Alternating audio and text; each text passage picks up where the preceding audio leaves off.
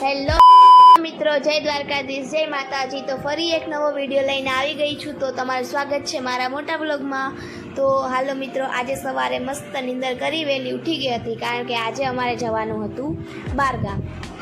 તો હું થઈ ગઈ છું ફ્રેશ, અને ફ્રેશ થઈ અને આજે નાસ્તામાં મારી ફેવરેટ ખારી ગાંઠિયા હતા, તો મેં કરી લીધો નાસ્તો કરી અને પછી કરવા માંડી કામ। તો કચરા પોતા કરી પછી કરું મેં સ્ટેન્ડ સાફ કરી।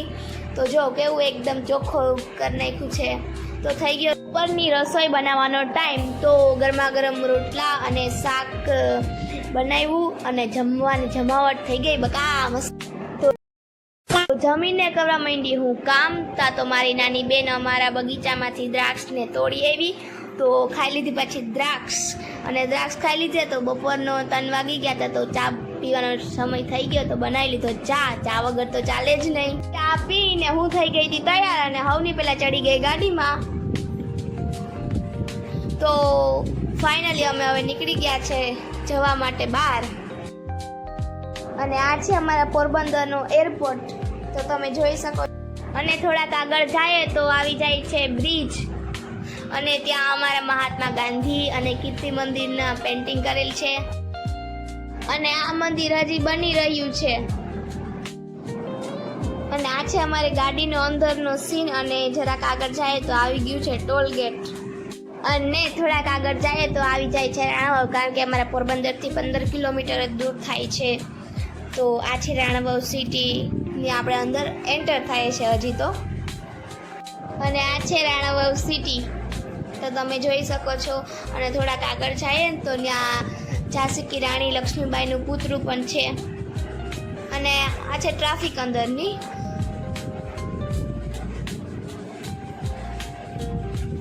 અને આ જો બહેનું ટોળું કેવી રીતે આવે છે, જેમ એને પણ ટ્રાફિકના રૂલ લાગુ પડતો હોય ને એવી રીતે આવે છે। તમે જો કેવી લીલોતરી દેખાય છે, વરસાદી વાતાવરણ જેવું લાગે છે, પણ અમારા આ બાજુ વરસાદ આવ્યો જ નથી। પણ મને આવું કુદરતી વાતાવરણ બહુ જ ગમે છે, અને તમને પણ કોઈને ગમતું હોય તો કમેન્ટમાં કહેજો કે તમને પણ આવી લીલોતરી ગમે છે કે નહીં। મને તો આવું બહુ જ ગમે।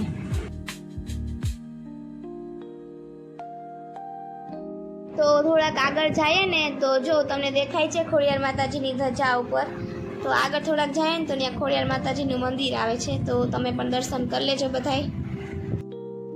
અને આપણે આગળ પુલ વટી જાય ને તો ત્યાં બિલેશ્વર મહાદેવનું પણ મંદિર આવે છે, તો તમે જોજો ગેટના દર્શન થાય આપણે। અમારે આ સાઈડ હે ને પથ્થરમાં શ્રીરામ લખે છે, પણ એનો ખ્યાલ તો મને પણ નથી કે શા માટે એ લખે છે। અમારે આ સાઈડ વરસાદ નથી એટલે નદી પણ ખાલી છે, તમે જોઈ શકો છો, જોવો। અને મેં કરી લીધો પછી નાસ્તો, જુઓ કેવું મસ્તનું વ્યૂ છે। અને ફાઇનલી હવે હમણાં અમે પહોંચી જઈશું ગામડે, અને ત્યાં પહોંચીને તમને કરાવું માતાજીના દર્શન।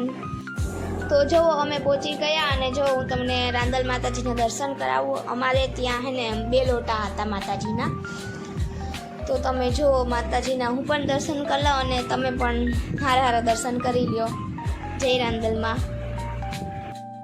અને પછી બીજા રૂમમાં ગઈ તો ત્યાં અમારા આશાપુરા માતાજીનો મઢ હતો। તો આ અમારે મંદિર જૂનું છે બહુ જનું, અને રૂમની અંદર જ મંદિર છે, તો આ જૂનું છે, તો પણ આના પણ તમે દર્શન કરી લેજો છે આશાપુરામાં। અને આ અમારા ગામડાનો વ્યૂ છે, જો મસ્ત લીલોતરી, અને વાતાવરણ કેવું મસ્ત ઠંડુ છે। ત્યાં પણ મહાદેવનું મંદિર હતું, તો હું પહોંચી ગઈ મહાદેવના દર્શન કરવા, કારણ કે અમારું બધું જમણવાર ને કથા હતી બધું અહીંયા જ રાખવામાં આવ્યું હતું। તો આપણે પેલા મહાદેવના દર્શન કર્યા, મહાદેવના દર્શન કરીને પછી બધાને મળ્યા। હર હર મહાદેવ, જય ભોળિયાનાથ।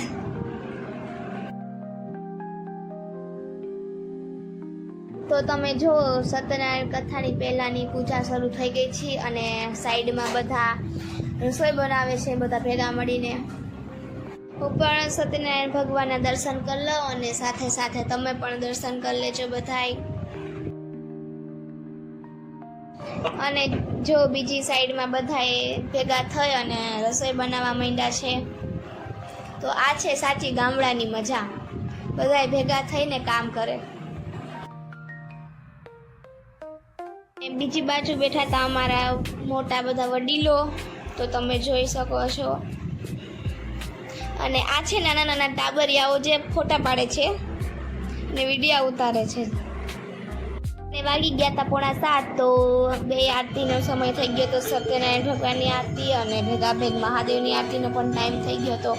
તો ચાલો આપણે બધા ભેગા મળીને આરતી કરીએ. તમે પણ જોડાયેલા રહેજો આરતીમાં.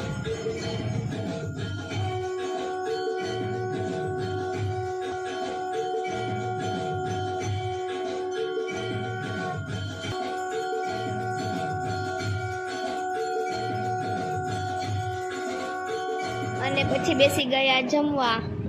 તો જો અને રાતે અધ્યાય ચાલુ થઈ ગયા, કારણ કે મોસ્ટ ઓફ બપોર પછી કથા હોય, પણ અમારે અહીં રાતે રાખી હતી, તો અધ્યાય ચાલુ થઈ ગયા. અને પછી આપણે મળી ગયા, પ્રસાદ ખાઈ લીધો.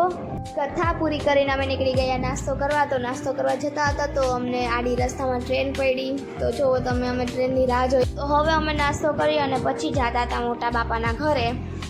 તો જુઓ તમે રાતનો વ્યૂ. ઘરે પહોંચ્યા તો વાગ્યા 1:12. તો સુઈ જાય. આજનો વ્લોગ અહીં સુધી જ રાખીએ. બાય.